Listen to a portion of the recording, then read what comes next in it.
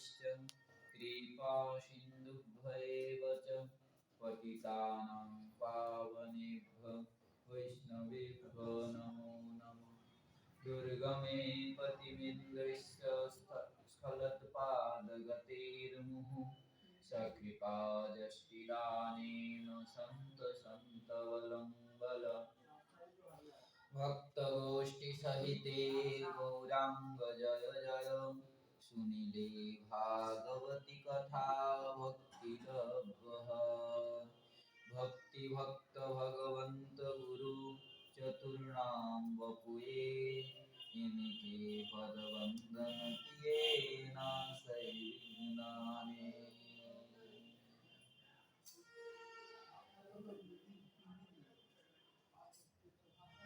श्री श्री भक्तमाल ग्रंथ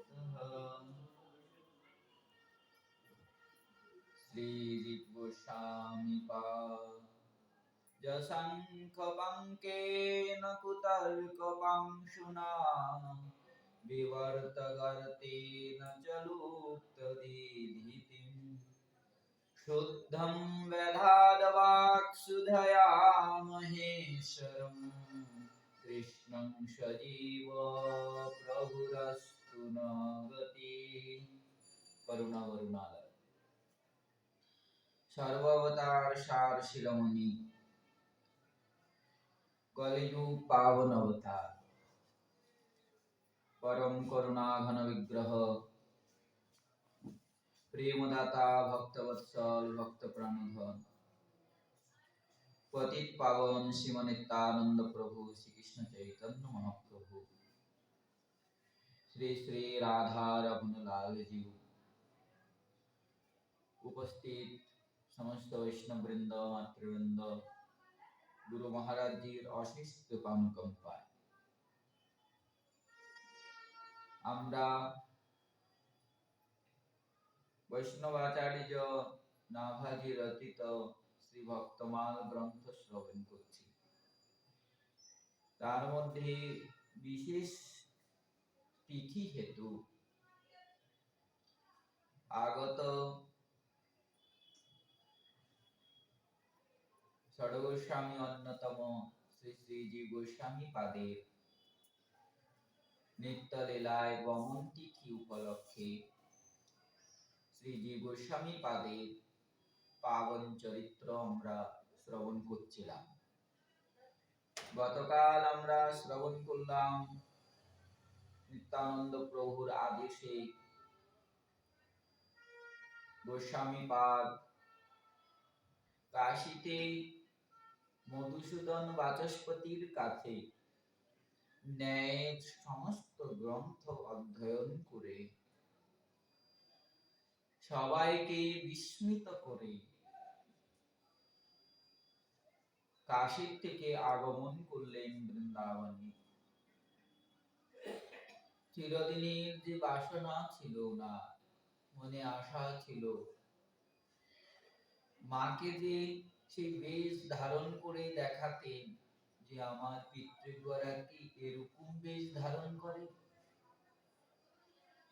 সেই পিতৃব্যদ্বয় শ্রী সনাতন গোস্বামী পাদ এবং রূপ গোস্বামী পাদকে দর্শন করলেন। যেন জীব গোস্বামী পাদকে গোস্বামীদ্বয় আকর্ষণ করে বৃন্দাবনে নিয়ে এসেছে।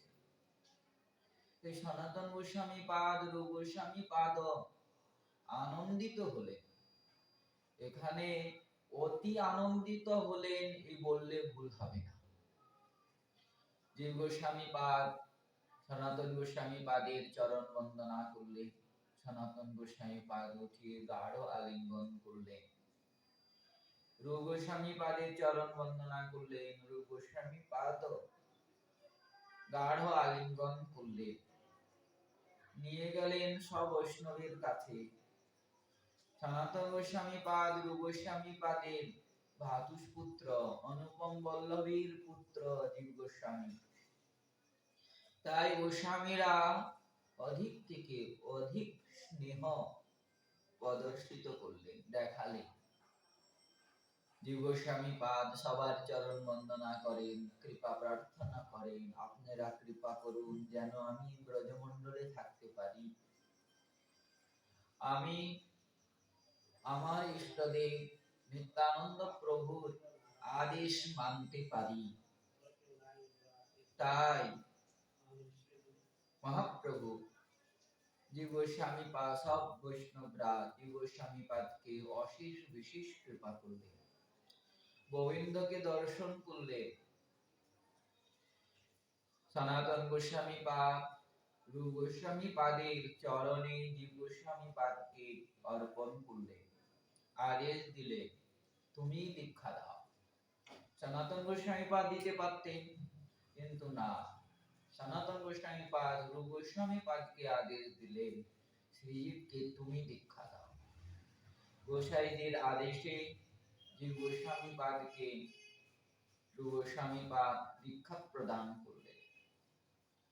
জীব গোস্বামী পাদ গুরুদেবের পাশে থেকে শ্রীমদ্ ভাগবত আদি গ্রন্থ এবং গোস্বামীগণের রচিত গ্রন্থ অধ্যয়ন করতে লাগলেন এবং গুরুদেবের সেবা করতে লাগলেন।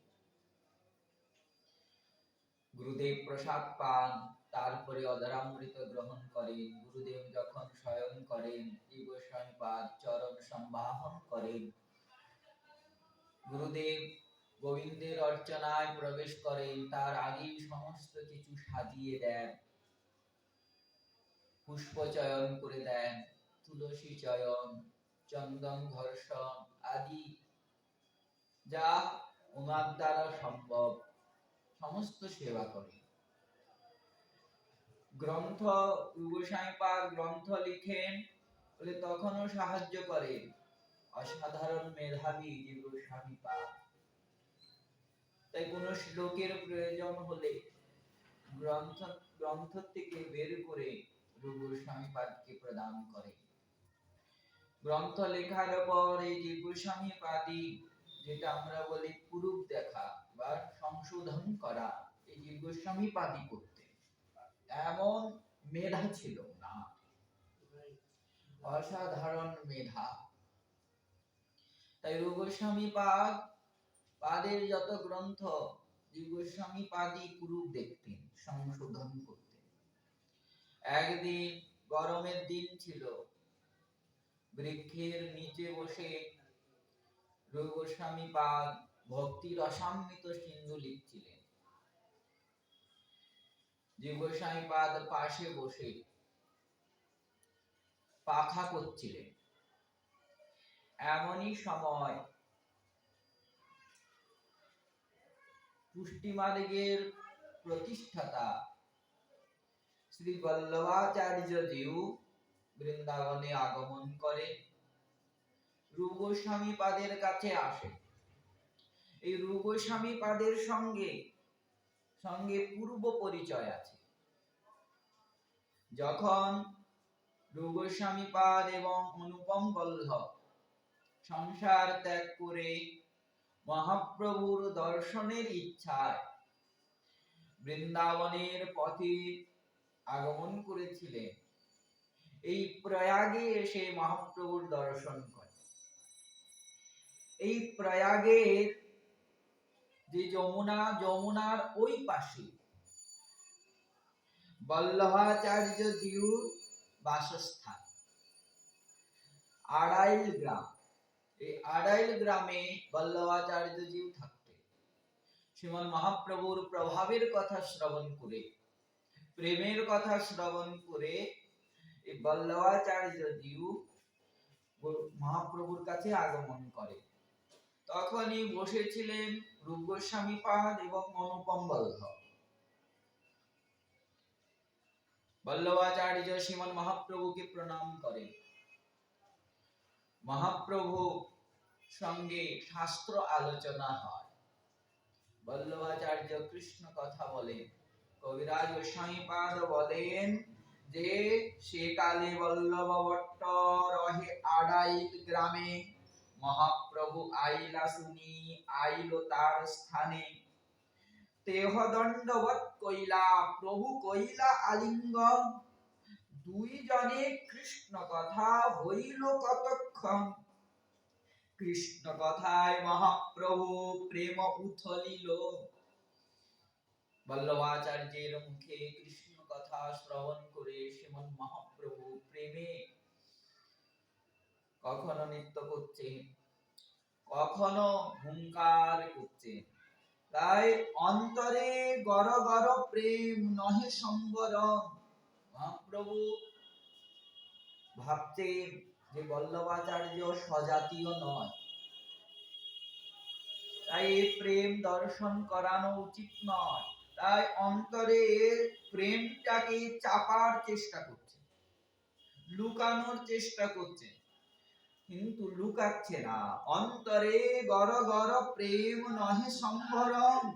দেখি চমৎকার হইল বল্লভ ভট্টের মন, দেখে চমৎকৃত হলেন বল্লভ ভট্ট। তবে ভট্ট মহাপ্রভুকে নিমন্ত্রণ করিল, মহাপ্রভুকে নিমন্ত্রণ করলেন, প্রভু আগমন কৃপা করে আমার গৃহে আগমন করুন, ভিক্ষা গ্রহণ করুন। মহাপ্রভুর পাশে যে দুইজন বসে আছেন, মহাপ্রভুর দুই ভাই তাহারে মিলাইয়া।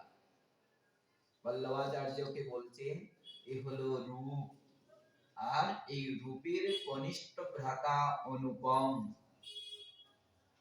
রূপ গোস্বামী পাদ, সনাতন গোস্বামী পাদ দূরের থেকে, রূপ গোস্বামী পাদ, অনুপম বল্লভ দূরের থেকে প্রণাম করছেন বল্লভাচার্যকে।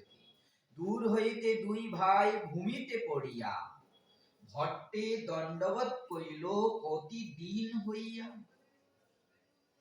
ভট্টজি আলিঙ্গন করতে চান, কিন্তু রূপ গোস্বামী পাদ এবং অনুপম বল্লভ দূরে সরে যান, আমাদেরকে স্পর্শ করো না, আমরা অশুদ্ধ, আমরা অপবিত্র, আমরা হলাম ম্লেচ্ছ। তাই অস্পৃশ্য পামর মই না ছুঁইও মোরে। আমি হলাম অস্পৃশ্য, আমরা হলাম অপামর, আমাদেরকে স্পর্শ করো না। মহাপ্রভু বল্লভাচার্য আশ্চর্য হয়ে গেলেন, বিস্মিত হয়ে ভট্টের বিস্ময় হইল প্রভুর হর্ষমন। ভট্টের বিস্ময় হল, হওয়াই স্বাভাবিক। কি সুন্দর স্বরূপ, বৈষ্ণবের সমস্ত কিছু চিহ্ন থাকার পরেও রূপ গোস্বামী পাদ দৈন্যতা ভরে বলছেন আমাদেরকে স্পর্শ করো না, আমরা হলাম ম্লেচ্ছ, স্পর্শের যোগ্য নয় আমরা। তাই ইহা না স্পর্শীয় ইহ জাতি অতিহীন। তখন মহাপ্রভু কৌতূহল করে বল্লভাচার্যকে বলছেন এদেরকে স্পর্শ করো না, এরা হলো হীন জাতি, আর তুমি হলে বৈদিক ব্রাহ্মণ, যাজ্ঞিক ব্রাহ্মণ, বৈদিক যাজ্ঞিক, তুমি কুলীন প্রবীণ। বল্লভাচার্য, তুমি হলে বৈদিক ব্রাহ্মণ, যাজ্ঞিক এবং কুলীন। দোহার মুখে নিরন্তর কৃষ্ণ নাম শুনি রূপ গোস্বামী পাদ এবং অনুপম বল্লভ হা কৃষ্ণ করছেন, অনুপম বল্লভ হারাম হারাম হারাম করছেন, নিজ ইষ্ট দেবের নাম কীর্তন করছেন। এই নাম শ্রবণ করে মহাপ্রভুকে বলছেন, বলে এরা তো অস্পৃশ্য হতে পারে না, এরা তো প্রামর হতে পারে না,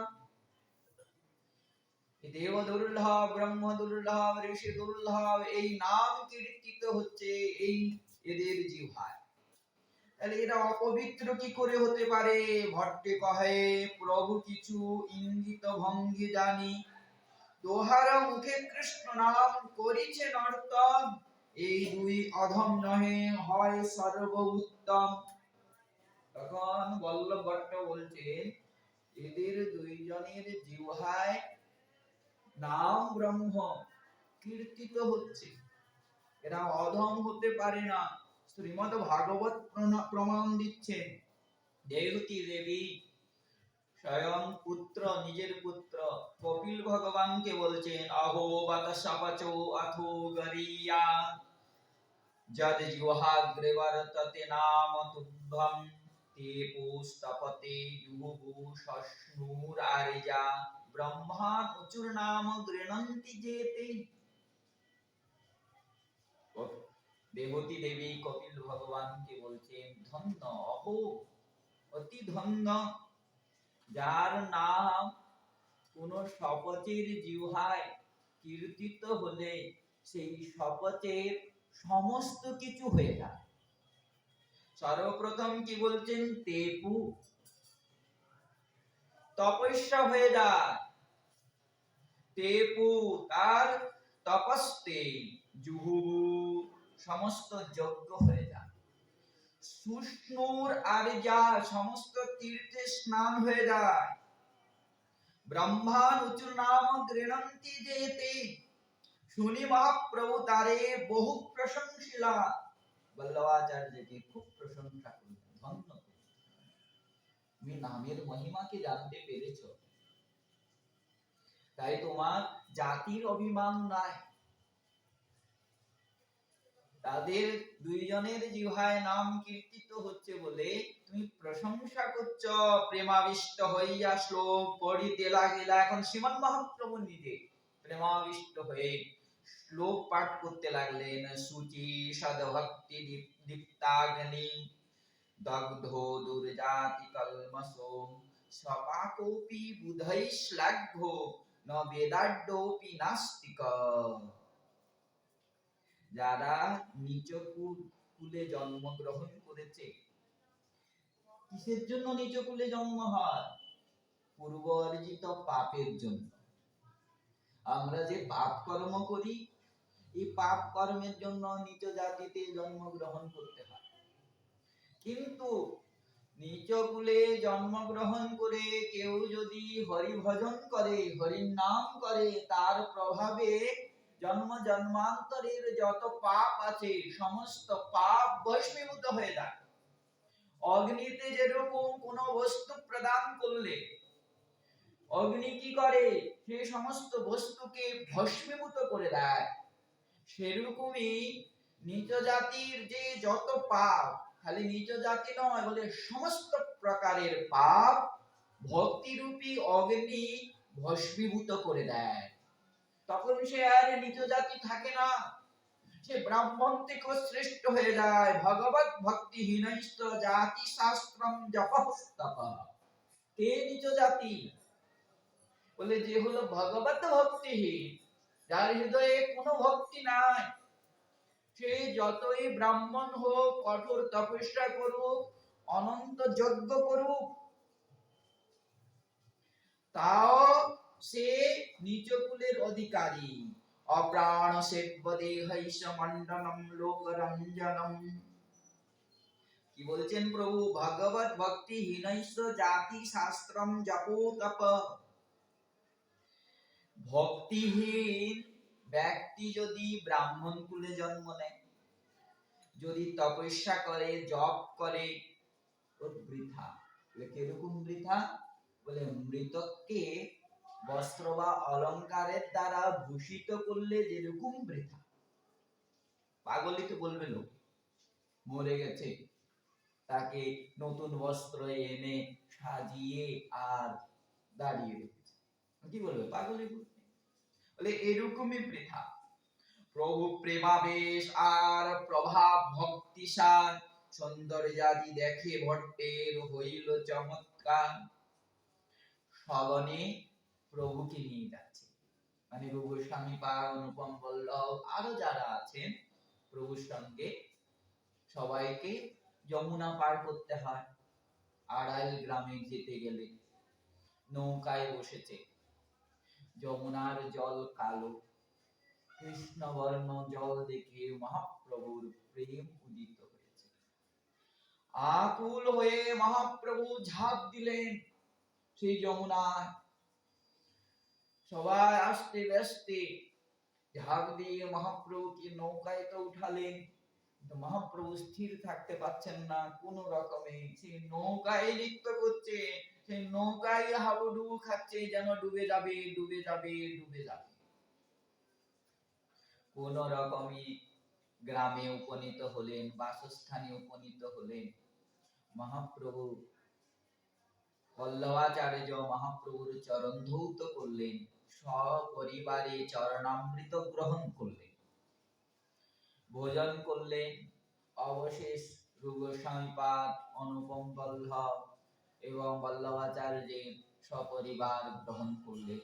কৃষ্ণ কথা হলো, সেখানে অনেক সৎসঙ্গ হলো। রূপস্বামীপাদের পূর্ব পরিচয় আছে বল্লভাচার্যের সঙ্গে, তাই বল্লভাচার্যকে দেখে রূপস্বামীপাদ বসতে আসন দিলেন, পরস্পরের প্রণাম হলো। অনেক সময় কৃষ্ণ কথা হলো, হওয়ার পর রূপস্বামীপাদ আবার ভক্তি রসামৃত সিন্ধু হাতে নিয়ে লেখা শুরু করলেন। বল্লভাচার্য দেখে আর বলছেন, কি লিখছেন আপনি, দেখি গ্রন্থটা হাতে নিলেন, দেখলেন, দেখে আর বলছেন যে এর মধ্যে কিছু ভুল আছে, লেখা হয়ে যাক, তারপরে আমাকে দিবে, আমি সংশোধন করে দেব। রূপস্বামীপাদ হলেন দন্যতার পূর্ণমূরতি, তৃণাদপি শ্লোকের স্বরূপ। দন্যতা ভরে বলছেন, আপনি যদি সংশোধন করে দেন আমার প্রতি কৃপা হবে। ঠিক আছে, এই বলে বল্লভাচার্যজি বিদায় নিলেন। গোস্বামীপাদ সব শুনছেন। গুরুদেবকে জানেন উনি দন্যতার মূর্তি, কিন্তু অল্প বয়সের জীব সহ্য করতে পারেন। ভারতবর্ষে রূপস্বামীপাদের মতো পণ্ডিত ছিল না, অদ্বিতীয় পণ্ডিত এই রূপস্বামীপাদ, সনাতন গোস্বামীপাদ। উনার ভুল ধরছেন। আর বল্লভাচার্যজি যখন দক্ষিণ ভারত ভ্রমণ করে পুরীতে আসলেন, তখনও রূপস্বামীপাদ ছিলেন। প্রতিদিন মহাপ্রভু দর্শনে যেতেন। একদিন স্বরূপ দামোদরকে জিজ্ঞাসা করছেন বল্লভাচার্যজি যে আপনাদের ইষ্টদেব হলো কৃষ্ণ, আপনারা কৃষ্ণকে পতি মানেন, পতি মেনে আর নাম কেন ধরেন? পতির নাম ধরতে হয়? স্ত্রী হয়ে আর পতির নাম ধরে কেউ? স্বরূপ দামোদর হাসলেন। মহাপ্রভু উত্তর দিলেন, বলে শাস্ত্রে আমাদের পতিদেব আদেশ দিয়েছেন পতির নাম গ্রহণ করলে পতিকে লাভ করা যায়, সেই জন্য আমরা নাম গ্রহণ করি। হরিদাসজি বৈষ্ণব অভিধানে লিখছেন বল্লভাচার্যজির চরিত্র।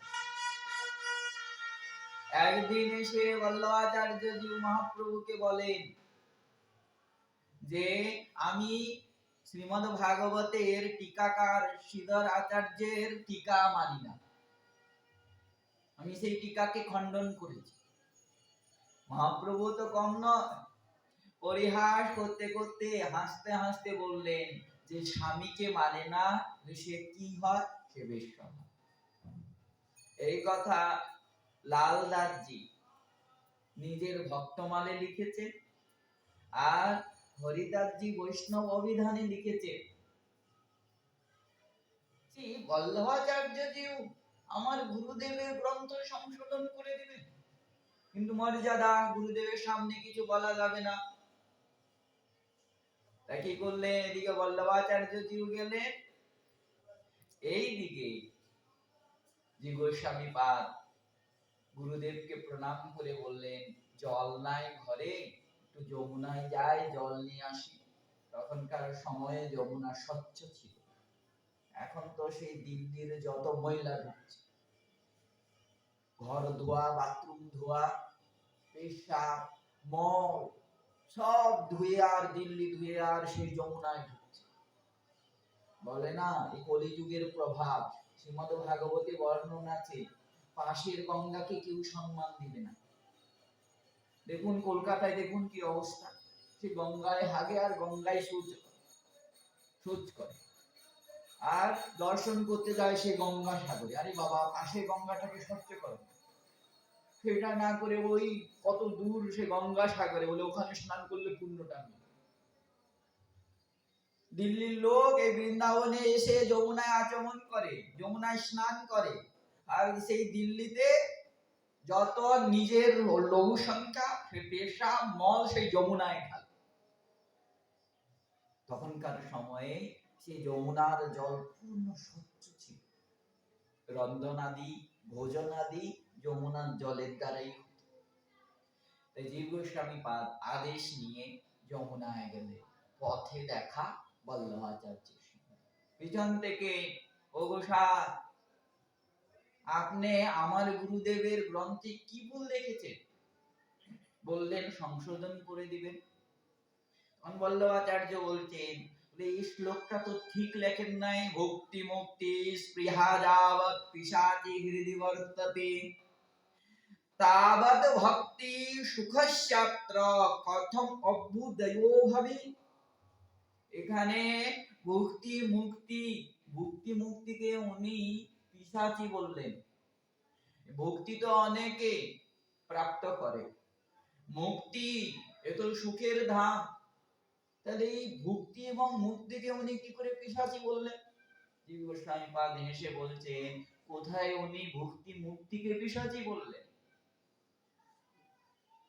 উনি তো বললেন ভক্তি মুক্তির ক্রিয়াকে পিশাচি বলে। যার হৃদয়ে ভক্তির কামনা আছে, যার হৃদয়ে মুক্তির কামনা আছে, ওই কামনাটা হলো পিশাচি। এই কামনা যদি থাকে, ভক্তির সুখ প্রাপ্ত হয় না। কি করে ভক্তির সুখ কামনা হবে? নিজের সুখ এসে গেল, তো ভগবানের তো সুখ নাই। যেখানে ভগবানের সুখ নাই, সেখানে আবার ভক্তি কোথায়? ভক্তি শব্দের অর্থ হলো সেবা। ভজ সেবায়াম। সেবা কাকে বলে? সেব্যকে সুখী করা, এটাই সেবা। নিজেকে সুখী করা এটাকে সেবা বলে না। আমি ধন পাবো তাই সেবা করছি, বলে না, এটা সেবা না। তাহলে যেখানে স্প্রিয়া আছে, কামনা আছে, তাহলে কামনাটা কি? কামনাটা হলো পিশাচি। পিশাচি কারোর শরীরে যদি প্রবেশ করে, সে বুঝতে পারে না।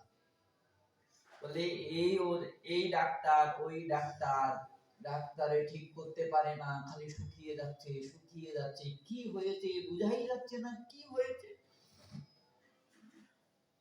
সেরকমই কারোর ভিতরে যদি এই ভক্তি এবং মুক্তির স্প্রিয়া থাকে, সে বুঝতে পারে না কেন আমার ভক্তি লাভ হচ্ছে না, যুগল কিশোরকে লাভ হচ্ছে না। বলে এই যে পিশাচি ঢুকে আছে। এইভাবে শাস্ত্র আলোচনা শুরু হলো। একের পর এক তত্ত্ব স্থাপন করছেন জীব গোস্বামী পাদ, প্রমাণ দিচ্ছেন শাস্ত্রে। কিন্তু বল্লভাচার্য বলছেন, এই কি মেধা! যেন সমস্ত শাস্ত্র হৃদয়ঙ্গম নয়, বলে ঠোঁটস্থ। প্রমাণের পর প্রমাণ জীব গোস্বামী পাদ দিয়ে চলেছেন, প্রমাণের পর প্রমাণ। প্রসন্ন হয়ে গেলেন বল্লভাচার্য। যমুনা থেকে আবার আসলেন রূপ গোস্বামী পাদের কাছে। এসে আর বল্লভাচার্য জিজ্ঞাসা করছেন যে, অল্প বয়স যে ছিল তোমার পাশে, তার পরিচয় হেতু আইন উল্লাসে। অল্প বয়সের বালক যে তোমার পাশে বসেছিল, পাখা করছিল, তার পরিচয়ের জন্য আমি আবার আগমন করলাম। কে সে? রূপ গোস্বামী পাদ পরিচয় দিচ্ছেন। কি আর বলবো, শিরু কহেন কিবা দিব পরিচয়। জীব নাম শিষ্য মোর ভ্রাতার তনয়। কি আর পরিচয় দিব? তার নাম হলো জীব, আমার শিষ্য এবং আমার কনিষ্ঠ ভ্রাতা অনুপমের পুত্র। এই কতদিন হইল আইলা দেশ হইতে, বেশি দিন হয় নাই, কয়দিন হয়েছে দেশ থেকে এসেছে। শুনি ভট্ট প্রশংসা করিল সর্বমতে। শুনে আর প্রশংসা করতে লাগলেন, সে জীব ধন্য, তার কি মেধা! যেন সমস্ত শাস্ত্র তার হৃদয়স্থ। এইভাবে প্রশংসা করলেন, আর কিচ্ছু বললেন না। কিন্তু রূপ গোস্বামী পাদ বিচক্ষণ বুদ্ধিমান, বুঝতে পারলেন জীব কি করেছে। জীব গোস্বামী পাদ প্রবেশ জল নিয়ে, জল এখনো রাখেন না। গুরু গম্ভীর শব্দে রূপ গোস্বামী পাদ বলছেন, চিরূপ কহেন শ্রীজীবের মৃদু ভাষে, মোরে কৃপা করি ভট্ট আইলা মোর পাশে। রেগে নয়, মৃদু ভাষে। অন্য অন্য কেউ হলে রেগে যেত, লাঠি নিয়ে আর ছুটত, তা করলেন না, মর্যাদা রক্ষা করলেন। গুরু গম্ভীর অতি মধুর শব্দে শাসন করছেন জীব গোস্বামী পাদকে। মোর হিত লাগি গ্রন্থ সুধীব কহিলা, আমার হিতের জন্য গ্রন্থ সংশোধন করে দিব, এই কথা বলল। এই অতি অল্প বাক্য সহিতে নারিলাম, এই অল্প বাক্য তুমি সহ্য করতে পারলে না? এত অভিমান, এত অহংকার তোমার, এত ক্রোধ তোমার, তাহে পূর্বদে শীঘ্র করহ গম, মন স্থির হইলে আসিবা বৃন্দাবন। সেজন্য তুমি এখানে থাকার যোগ্য না। প্রেম বিলাস বলছে, শিরু ডাকিয়া কহে শ্রীজীবের প্রতি, অকালে বৈরাগ্য বেশ ধরিলে মূঢ়মতি। শ্রীজীবকে ডেকে আর রূপ গোস্বামী পাদ বলছেন, অকালে বৈরাগ্য বেশটা ধারণ করে নিয়েছ, এখনো বৈরাগ্য বেশের তুমি যোগ্য নও। তাই ক্রোধের উপরে ক্রোধ না হইল তোমা, তে কারণে তোর মুখ না দেখিব। এখনো ক্রোধের উপরে ক্রোধ হলো না। এবার কি কথা, কি কথা? ক্রোধের উপরে কি ক্রোধ? বলে আমার যে ক্রোধ উৎপন্ন হচ্ছে, আমার যে কাম উৎপন্ন হচ্ছে, আমার যে ঈর্ষা উৎপন্ন হচ্ছে, এর মধ্যেও ক্রোধ করতে হবে। নিজের উপরে ক্রোধ, এখন আমি যোগ্য নই। আরে ক্রোধ, তুমি তো বড় সাহসী, আমার কথা কেন মানছো না? বলে এই হলো ক্রোধের উপরে ক্রোধ। গোস্বামী পাদকে বলছেন, এখনো তুমি ক্রোধের উপর ক্রোধ করতে পারো না, তুই তাই এখানে থাকা যোগ্য নয়, তুমি আমাকে মুখ দেখিও না, যাও পূর্ব দিকে চলে যাও। নরহরি চক্রবর্তী পাদ এখন গুরুদেবের আদেশ, আচার্য পাদ তিনিও গুরু মুখপদ্ম বাক্য হৃদয়ে করিয়া অক্ষ, আর না করিও আস মনে আস। ঠাকুর মহাশয় বলছে, অনেক প্রমাণ আছে। আমি কি করবেন? দুই নয়ন থেকে অশ্রু প্রবাহিত হতে লাগলো, ক্রন্দন করছেন। ঘুরে তাকালেন না রূপ গোস্বামী পাদ। এনারা তো শ্রীমান মহাপ্রভুর অনুচর, তো মহাপ্রভুর পার্ষদগণ তো আগমন করেছেন জগতে ভক্তি প্রচার করার জন্য। এরকম মহাপ্রভু যেরকম কঠোর, সেরকমই গোস্বামীগণ কঠোর। যেরকম ছোট হরিদাসের দিকে তাকালেন না শ্রীমান মহাপ্রভু, সেরকম শ্রীজীবের দিকে তাকালেন না। শ্রীজীব এখন কি করবে? উপায় নাই, গুরুদেব আদেশ দিয়েছে, মুখ দেখাবি না, চলে যা পূর্ব দেশে। বঙ্গদেশ বলেন না। গোস্বামী পাদ জানেন শ্রীজীব গুরু আজ্ঞা পালনে অতি কঠোর, দৃঢ়, শাসন করছেন, মর্যাদা রক্ষা করছেন। যেখানে আমি তার মর্যাদা রক্ষা করেছি, তাহলে তুমি কোন সাহসে তাকে অপমান করো? আমার আদেশ নিয়েছো তুমি, এটা অভিপ্রায়। না হলে পরে অনেক দিগ্বিজয়কে জীব গোস্বামী পাদ জয় করেছেন, খালি বল্লভাচার্যকে নয়, অনেক দিগ্বিজয়কে জয় করেছে। সনাতন গোস্বামী পাদ, রূপ গোস্বামী পাদ বিজয় পত্র লিখে দিয়েছেন, কিন্তু শ্রীজীব গোস্বামী পাদ বলছেন না, কথায় কথায় শাস্ত্র যুদ্ধে অবহেলায় সেই দিগ্বিজয়দেরকে জয় করে নিয়েছিলেন। কিন্তু বল্লভাচার্যকে সম্মান দিয়েছিলেন রূপ গোস্বামী পাদ।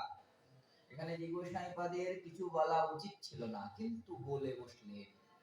তাই ত্যাগ করে দিলেন পূর্ব দেশে ক্রন্দনে পশ্চাতাপে অনেক দূর পর্যন্ত আসলে, এসে মনকে স্থির করলে, স্থির করে চিন্তা করছে, গুরুদেব তো আমাকে বঙ্গদেশ বলেন নাই, পূর্বদেশ বলেছে। আমি নিত্যানন্দ প্রভুর আদেশে বঙ্গদেশ ত্যাগ করে আগমন করেছি, আমি তো বঙ্গদেশে যাব না, আমি তো ব্রজের বাইরে যাব না। দৃঢ় ব্রজে বাস তিনা, ব্রত উনার। এই নাভাজি বলছেন বৃন্দাবন দৃঢ় বাস যুগল চরণী অনুরাগী। নাভাজি বলছেন যে গোস্বামী পাদের ব্রত ছিল ব্রজমণ্ডলে থাকা, অন্যত্র রাত্রিবাস করেন না।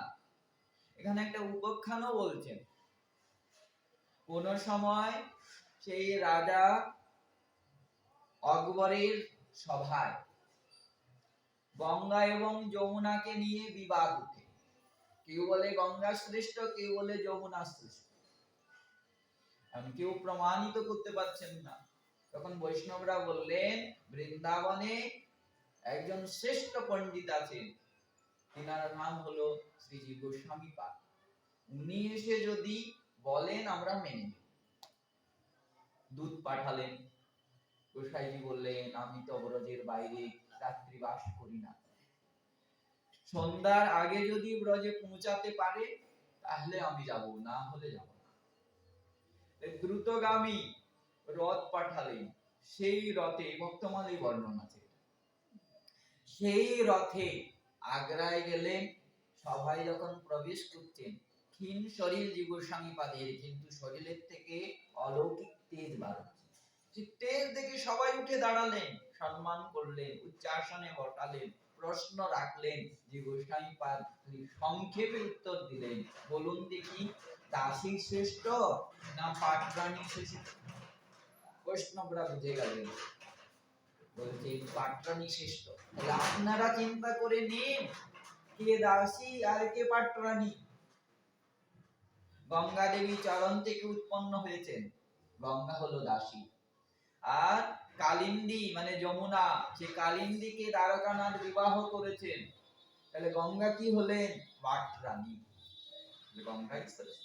এমনি গঙ্গা যমুনার মধ্যে মহিমায় কোনো ভেদ নাই, দুইজনেই মহিমা সম্পূর্ণ, কিন্তু এই প্রমাণে যমুনাকে শ্রেষ্ঠ করেছেন। তাই বৃন্দাবন দৃঢ়বাস যুগল চরণী অনুরাগী। কোথায় থাকলেন? নন্দ ঘাটি। কি অনুতাপ মনে, পশ্চাতাপ, আমি অপরাধ করেছি, গুরুদেব আমাকে ত্যাগ করে দিয়েছেন। কঠোর সাধনা, কঠোর ভজন, কোনদিন মাধুপুরি করতে পর্যন্ত যেতেন না, কাউকে জানাতেন না, পরিচয় পর্যন্ত দেন না। বলতে পারতেন যে আমি সনাতন গোস্বামী পাদ, রূপ গোস্বামী পাদের ভ্রাতুষ্পুত্র, রূপ গোস্বামী পাদের শিষ্য, এই কথা বলতে পারতেন তো? কোনদিন মুখে উচ্চারণ পর্যন্ত করেন না। সনাতন গোস্বামী পাদকে ব্রজমণ্ডলের বাচ্চা থেকে বৃদ্ধ পর্যন্ত চিনতেন, সবাই চিনতেন সনাতন গোস্বামী। পরিচয় দিলে তো যে গোস্বামী পাদকে মাথায় করে রাখতেন, কিন্তু কাউকে পরিচয় দিলেন না। গ্রামের থেকে একটু দূরে একটা পর্ণকুঠিরের ভিতরে থাকতে লাগলেন। আহার কি অযাচিত ভাবে যা মিলত, কোনদিন ফল তো কোনদিন জল, কোনদিন শুখা পাতা, কোনদিন ওই গম কুটে আর ওই চূর্ণ গুলে আর খেতে। কোথাও কোথাও বর্ণনা আছে কোনদিন এত অনুতাপ হতো মনে, এত পশ্চাতাপ মনে উৎপন্ন হতো, ওই ছাই গুলিয়ে আর জল খেতে। ক্ষীণ হয়ে গেল শরীর। সনাতন গোস্বামী পাদ এসেছে, ব্রজবাসীরা আগুসরে করে নিয়ে আসলেন। সনাতন গোস্বামী পাদকে বলছেন এখানে এক যুবক বহুদিন থেকে দেখতে অতীব সুন্দর ভজন করছে, কোনো ভোজন আদি করে না, কিছু নিতে চায় না, পুরা নরকঙ্কালের মতো হয়ে গেছে, হাওয়ায় ঝুলছে। ব্রজবাসীর কথা শুনে সনাতন গোস্বামী পাদ ভাবছেন কি অল্প বয়সে শ্রীজীব ছাড়া তো আর কেউ নয়। মনে হয় শ্রীজীব এখানে কেন, সে তো গুরুদেবের কাছে থাকা উচিত। ব্রজবাসীদেরকে বললেন আমাকে নিয়ে চলো। নিয়ে গেলেন, যখন দেখছেন শ্রীজীব শান্তি, শ্রীজীবের নয়নে জল। সনাতন গোস্বামী পাদ শ্রীজীবকে দেখে কেন্দে ফেললেন। শ্রীজীব গোস্বামী পাদ চরণে লুটিয়ে পড়লেন, উঠিয়ে গাঢ় আলিঙ্গন করলেন, জিজ্ঞাসা করলেন তুমি এখানে কেন? সব নিবেদন করলেন। শুনে সঙ্গে করে শ্রীজীবকে নিয়ে গেলেন, দূরে রেখে রূপ গোস্বামী পাদের কাছে আসলেন। এসে আর গোস্বামী পাদ বলছেন গোস্বামী শ্রীরূপে জিজ্ঞাসেন সমাচার, তুমি ভালো আছো তো? কুশল বার্তা জিজ্ঞাসা করার পর ভক্তি রসামৃত সিন্ধু অপেক্ষা কিয়া, তোমার এখন সে শুরু করেছো তুমি এই ভক্তি রসামৃত সিন্ধু, তা কি লেখা হয়ে গেছে? জিজ্ঞাসা করবে। গোস্বামী পাদ বলছেন লেখা তো হয়ে গেছে, কিন্তু শ্রীজীব যদি থাকতো তাহলে সংশোধনটা করে দিত। তাই শ্রীরূপ কহেন প্রায় হইল লিখন, জীব রহিলেই শীঘ্র হইত শোধন। শ্রীজীব যদি থাকতো তাহলে শীঘ্র শোধন হয়ে যেত। তখন সুযোগ পেয়ে সনাতন গোস্বামী পাদ বলছেন ক্ষুদ্র অপরাধে এরকম দণ্ড দিতে আছে রূপ। মহাপ্রভু আমাদেরকে কি আদেশ দিয়েছেন? জীবে দয়া নামে রুচি বৈষ্ণব সেবক। জীবে দয়া বলেছে তো, তুমি জীবকে এরকম উপেক্ষা করছো, তুমি ত্যাগ করেছ, মুখ দেখবে না বলেছ, দেখো সে কঠোর বৈরাগ্য পালন করছে, ভোজন করে না, অযাচিত ভাবে কেউ যদি দেয়, যদি মন হয় তাই গ্রহণ করে। কতদিন অনাহারে কাটিয়েছে, যেন বাতাসে পড়ে যাবে। গোস্বামী কহেন জীব মাত্র আছে। সনাতন গোস্বামী পাদ রূপ গোস্বামী পাদকে বলছেন জীবের প্রাণ মাত্র আছে, আর কিছু নাই। দেখিনু তাহার দেহ বাতাসে হেলিছে, আমি দেখলাম তার দেহ বাতাসে হিলছে। রূপ গোস্বামী পাদের হৃদয়ে দয়াপন্ন। কোথায় শ্রীজীব? বলে আমি সঙ্গে করে নিয়ে এসেছি। শ্রীজীবকে যখন রূপ গোস্বামী পাদ দেখলেন, তার বৈরাগ্য দেখে প্রসন্ন হয়ে গেল। প্রেমাশ্রু খরিত হতে লাগলো রূপ গোস্বামী পাদের নয়ন থেকে। শ্রীজীব গোস্বামী পাদ ক্রন্দন করতে করতে গুরুদেবের চরণে লুটিয়ে পড়লেন, উঠিয়ে গাঢ় আলিঙ্গন করলেন, নিজের কাছে রাখলেন, রেখে চিকিৎসা আদি করালেন, উত্তম ভোজন আদি করিয়ে সুস্থ করলেন। আবার জীব গোস্বামী পাদ সেবা করতে লাগলেন গুরুদেবের, গ্রন্থ রচনা আদি করতে লাগলেন। একদিন রূপ গোস্বামী পাদের স্বপ্নে দামোদর ভগবান আগমন করে। এই নরহরি চক্রবর্তী পাদ বলছেন স্বপ্নাদেশে শ্রী রাধা দামোদর সহস্তে নির্মাণ করি দিল শ্রীজীবের। স্বপ্নে আগমন করে দামোদর বলছেন রূপ শ্রীজীব বিগ্রহ সেবা করতে চায়, তাই আমার মতো বিগ্রহ বানিয়ে শ্রীজীবকে প্রদান করো। হয় দামোদর ভগবান স্বপ্ন দেখাচ্ছেন, বলে আমার মতো বিগ্রহ বানিয়ে, আমার মতো বানিয়ে শ্রীজীবকে সেবা সমর্পণ করো। শ্রীজীব রূপ গোস্বামী পাদ কি সেই দামোদরকে বানিয়েছেন? না গো, দামোদর স্বয়ং প্রকটিত হয়েছেন। যেরকম রাধারমণ স্বয়ং প্রকটিত হয়েছেন, দামোদর স্বয়ং প্রকটিত হয়েছেন। রূপকে স্বপ্ন অবশ্যই দিয়েছেন, বলছেন রূপ গোস্বামী পাদ বানিয়ে দিয়েছেন। রূপ গোস্বামী পাদ কি কারিগর? বানিয়ে দিবেন? স্বপ্নে যেরকম দেখেছেন এটা তো রূপ গোস্বামী পাদ দেখেছেন, কোন কারিগরকে বুঝাতে যাবে? বলে দামোদর স্বয়ং দামোদরকে বানিয়ে এরকম রাধা বিনোদ স্বয়ং রাধা বিনোদকে এনে লোকনাথ গোস্বামী পাদের হাতে সমর্পণ করছে। বলছে বৃদ্ধ রূপ ধারণ করে দামোদর রাধা বিনোদকে নিয়ে আর লোকনাথ গোস্বামী পাদকে বলছেন, বাবা আমি বৃদ্ধ হয়ে গেছি, সেবা করতে পারছি না, আপনি নিন সেবা করুন, এই বলে আর অদর্শন হয়ে গেল। সেরকম রূপ গোস্বামী পাদকে স্বপ্ন তো দিলেন, কিন্তু দামোদর ভগবান নিজে প্রকটিত হলেন, সমর্পণ করলেন জীব গোস্বামী পাদের হাতে সেবা। জীব গোস্বামী পাদ সেবা করতে লাগলেন। সেবায় কখনো জীব গোস্বামী পাদ দেখেন যে দামোদর আহারের কথা বলছেন, ভোজনের কথা বলছেন, মধ্যে মধ্যে ভক্ষদ্রব্য মাগে সিজীবেরে, সিজীব দেখে প্রভু ভুঞ্জে যে প্রকারে। দামোদর শ্রী গোস্বামী পাদকে বলছেন, শ্রীজীব আমাকে অমুক বস্তু দাও, আমাকে লাড্ডু এনে দাও, আমাকে রুটি এনে দাও, এইভাবে ডাকে বলে। যে গোস্বামী পাদ দেন, আর দামোদর সহস্তে গ্রহণ করে, বিগ্রহ স্বরূপে নয়, সাক্ষাৎ স্বরূপে গ্রহণ করে। একদিন সে দামোদর ভগবান কৃষ্ণ স্বরূপে প্রকটিত হয়ে বংশী বাজাতে বাজাতে জীব গোস্বামী পাদকে ডাকছেন। একদিন বাজায় বাঁশি, হাসিয়া হাসিয়া শ্রীজীবে কহে মোরে দেখো আসিয়া। হাসতে হাসতে দামোদর বংশী বাজাচ্ছেন, বাঁশি বাজাচ্ছে, আর শ্রীজীবকে ডাকছেন, আসো শ্রীজীব আমাকে দেখো, কিশোর বয়স বীর ভুবন মোহন, দেখিতেই শ্রীজীব হইল অচেতন। কি বলছেন? বলে কিশোর বয়স, ভুবন মোহন রূপ দেখার সঙ্গে সঙ্গে জীব গোস্বামী পাদ সেখানে মূর্ছিত হয়ে পড়ে গেলেন। চেতন পাইয়া হিয়া আনন্দে উছলে, ভাসয়ে দিঘল দুটি নয়নের জলে। এই প্রকার জীব গোস্বামী পাদকে কৃপা করছেন দামোদর। এখন সেই দামোদর জয়পুরে আছে।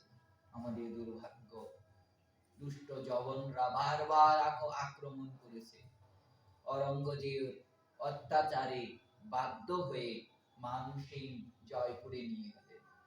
এখনো সেবিত হচ্ছে জয়পুরে গোবিন্দ মন্দিরে গোবিন্দজীব, পাশেই উল্টা মানে গোবিন্দ মন্দিরের পিছনে গেটের সামনে পড়বে রাধা বিনোদ। রাধা বিনোদের পাশ দিয়ে ওই দোকানগুলোর পাশ দিয়ে চলে গেলে মিলবে দামোদর। গোপীনাথ আছে সেই সবজি মন্ডিতে, আর মদন মোহন জিউ আছেন করলিতে, সেবিত হচ্ছে দামোদর ভগবান। যে গোস্বামী পাদ ব্রজমণ্ডলে আছেন, সেই দিন উপনীত হয়েছে দুঃখের দিন। এক বছরে সনাতন গোস্বামী পাদ, গুরু গোস্বামী পাদ এবং রঘুনাথ ভট্ট গোস্বামী পাদ এবং মহাপ্রভুর পার্শ্বদের মধ্যে অনেক গমন করেছেন নিত্য লীলায়। 1476 শতাব্দ, 1554 খ্রিস্টাব্দ, একই বছরে সনাতন গোস্বামী পাদ আষাঢ়ী পূর্ণিমা মানে গুরু পূর্ণিমা দিন গমন করলেন। 27 দিন পর শ্রাবণ শুক্ল দ্বাদশী তিথিতে গুরু গোস্বামী পাদ গমন করলেন। জীব গোস্বামী পাদের দুঃখের সীমানা, তাও গোস্বামীগণের আদেশে নিবেদনে এবং সনাতন গোস্বামী পাদ, রূপ গোস্বামী পাদের এবং রঘুনাথ ভট্ট গোস্বামী পাদের আদেশে এত দুঃখ হৃদয়ে রেখে প্রকটিত ছিলেন। সেই সময়ে সেই রূপ গোস্বামী পাদের আসনে কে বসবেন? কেননা ভক্তি প্রচার করতে হবে তো, তাই এই জীব গোস্বামী পাদকে বসা। কোন কেউ যদি গ্রন্থ লিখতেন, এই গ্রন্থ সর্বপ্রথম জীব গোস্বামী পাদ দেখতেন। কোন কবিতা আদি প্রার্থনা আদি লিখলে আগে জীব গোস্বামী পাদের কাছে আসতো। ব্রজমণ্ডলে কোনো বিবাদ হলে তখন এই জীব গোস্বামী পাদই দেখাশোনা করতে, ওনাকেই বসিয়েছেন। আর সবাই যে গোপাল ভট্ট গোস্বামী পাদ, তারপরে রঘুনাথ দাস গোস্বামী পাদ, তারপরে আছেন কৃষ্ণদাস কবিরাজ গোস্বামী পাদ, লোকনাথ গোস্বামী পাদ আদি, ইনারা ভূগর্ভ গোস্বামী পাদ আদি, বলে ইনারা বৃদ্ধ হয়ে গেছিলেন, অল্প বয়স একমাত্র জীব গোস্বামী পাদ, তাই ইনাকে উনার আসনে বসিয়েছেন। জীব গোস্বামী পাদ সুচারু ব্যবস্থায় সেই ভক্তি প্রচার করছেন, গ্রন্থ রচনা করছেন। অনেক গ্রন্থ তিনি রচনা করেছেন এই গৌড়িয়া সম্প্রদায়ের জন্য। অনেক গ্রন্থ তো লুপ্ত হয়ে গেছে, আজকে কিছু গ্রন্থ পাওয়া যায়।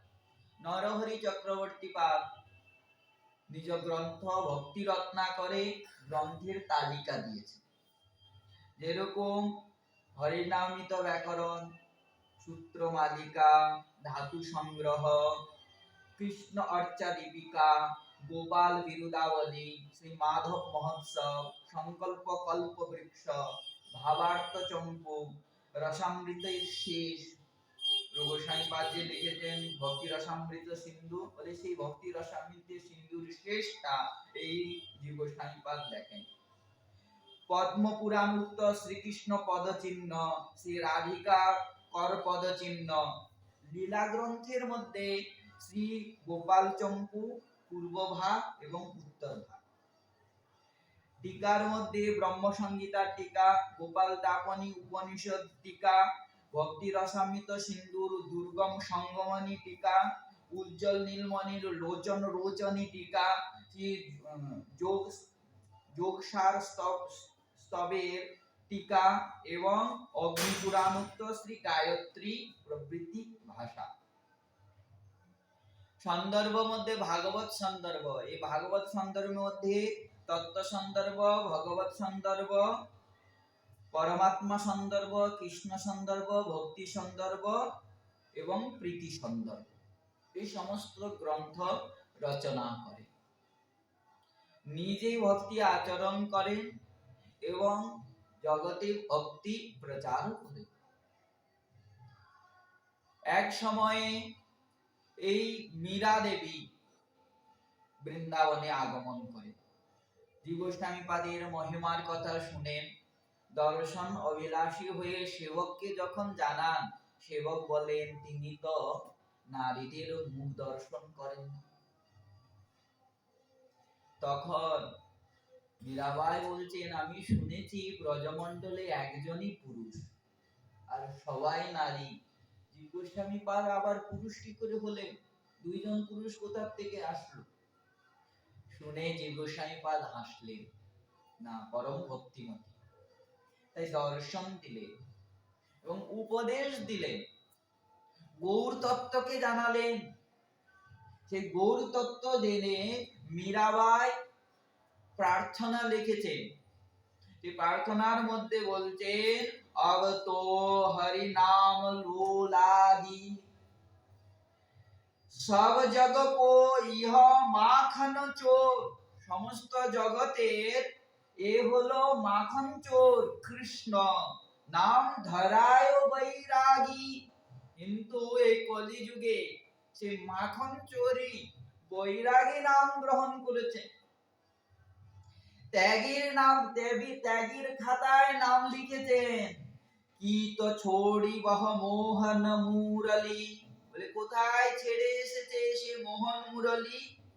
কি তো ছোড়ি সব গোপী, বলে সমস্ত গোপীদেরকে কোথায় ছেড়ে?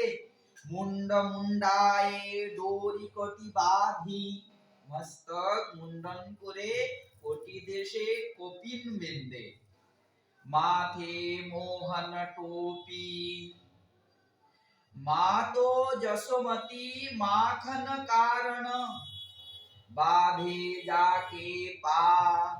মা যশোদা মাখন চুরি করেছে বলে যে শ্রীকৃষ্ণের কোমরকে বন্ধন করেছিলেন, শ্যাম কিশোর ভয় নব গোরা, বলে সেই শ্যাম কিশোর এখন হয়ে গেল নব গোরা, মানে কাঁচা সোনার মতো রং।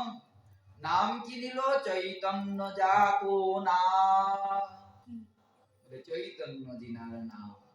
পীতাম্বর কো ভাব দিখাবে, এখানে পীতাম্বর শব্দের অর্থ হলো রাধারানীর ভাব। রাধারানীর ভাব দেখানোর জন্য কোটি কপিন কসাই, বলে কোটি দেশে কপিন পুষেছে, বেঁধেছে। গৌর কৃষ্ণ কি দাসী মীরা, রসনা কৃষ্ণ বসে, মীরাবাই লিখেছে।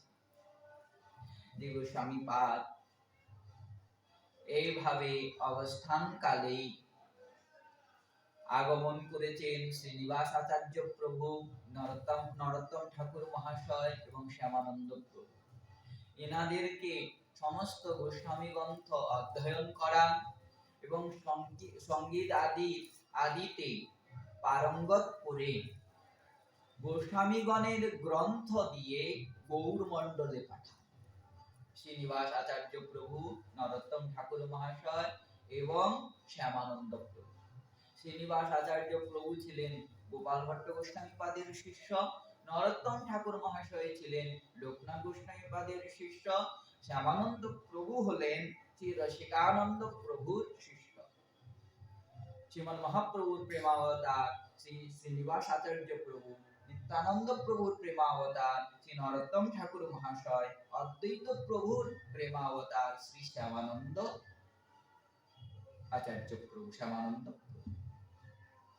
তিনজনকে দিয়ে গ্রন্থ পাঠান, অনেক লীলা এখানে। খেতড়িতে বিগ্রহ স্থাপনের পর মা জাহ্নবা নিজগণকে নিয়ে বৃন্দাবনে আগমন করেছিলেন। তখন দেখাশোনায় যে গোস্বামীপাদি করতেন, যখন শুনলেন মথুরায় এসে উপনীত হয়েছেন, সমস্ত গোস্বামীদেরকে নিয়ে আগিয়ে আনার জন্য যে গোস্বামীপাদ মথুরায় গিয়েছিলেন, নিয়ে এসেছেন। বৈষ্ণবদেরকে দেখে মা জাহ্নবা নিজের সেবক পরমেশ্বরী দাসকে বলছেন, ইনারা কারা, পরিচয় দাও আমাকে। সে পরমেশ্বরী দাস অঙ্গুলি নির্দেশ করে বলছেন, ওই যে দেখছেন অতি বৃদ্ধ, ইনি হলেন গোপাল ভট্ট গোস্বামী পাদ, ইনি হলেন ভূগর্ভ গোস্বামী পাদ, ইনি হলেন লোকনাথ গোস্বামী পাদ, ইনি হলেন কৃষ্ণদাস ব্রহ্মচারী যু, যিনার সমাধি কৃষ্ণদাস ব্রহ্মচারী যু, ইনি হলেন কৃষ্ণদাস কবিরাজ জিউ, ইনি হলেন কৃষ্ণদাস পণ্ডিত, ইনি হলেন মধু পণ্ডিত। আর ওই যে অল্প বয়সের দেখছেন, ইনি হলেন শ্রীজীব গোস্বামী পাদ, মানে উনাদের থেকে তো অল্প বয়স, বলে ইনি হলেন জীব গোস্বামী পাদ। মা জাহ্নবার সবাই চরণ বন্দনা করলেন, আগে নিয়ে আসলেন জীব গোস্বামী পাদি, সমস্ত মন্দির দর্শন করান, ব্রজমণ্ডল দর্শন করান, গোস্বামীগণের গ্রন্থ শ্রবণ করানোর পর জীব গোস্বামী পাদ অনেক দিন থাকার পর এই যে আগত, এই যে আমাদের জানুয়ারি মাসের 5 তারিখে তিনি অপ্রকট হয়েছে, আমাদের ব্রজমণ্ডল থেকে অপ্রকট হয়েছেন। কিন্তু গোস্বামীগণের প্রকট বা অপ্রকট সাধারণ জীবের মতো মৃত্যু হয় না, তিনাদের প্রকট এবং অপ্রকটই হয়। যখন সিদ্ধ কৃষ্ণদাস বাবা গ্রন্থ অধ্যয়নের আশা করলেন, তখন তো সনাতন গোস্বামী পাদ প্রকটিত হয়ে আর সিদ্ধ বাবাকে দর্শন দিয়েছিলেন। এর দ্বারা কি প্রমাণিত করছেন? গোস্বামীগণের প্রকট অপ্রকট হয়, কিন্তু মৃত্যু হয় না, ঐকান্তিক লয় হয় না।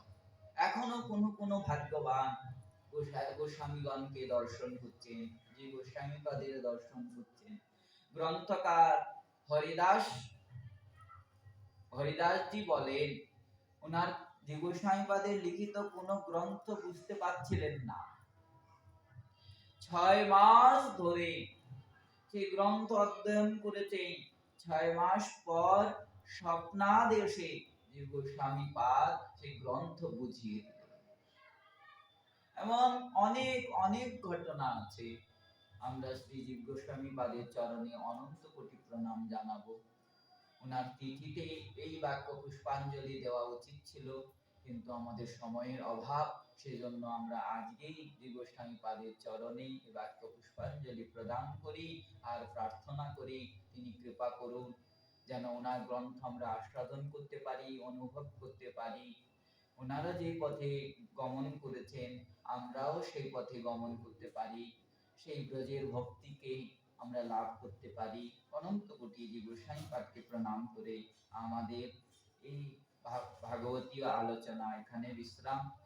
बोलिए श्री जीव गोस्वामी पाद की, षड गोस्वामी पाद की, श्री कृष्ण चैतन्य महाप्रभु की, श्रीमन नित्यानंद प्रभु की, श्री श्री अद्वैत प्रभु की, श्री श्री गदाधर पंडित की, श्रीवास पंडित की, समस्त गौर भक्त वृंद की, श्री श्री धनंजय पंडित गोस्वामी पाद की, षड गोस्वामी पाद की, श्री श्री कृष्णदास ब्रह्मचारी जीव की, अपन अपन गुरु महाराज जी की।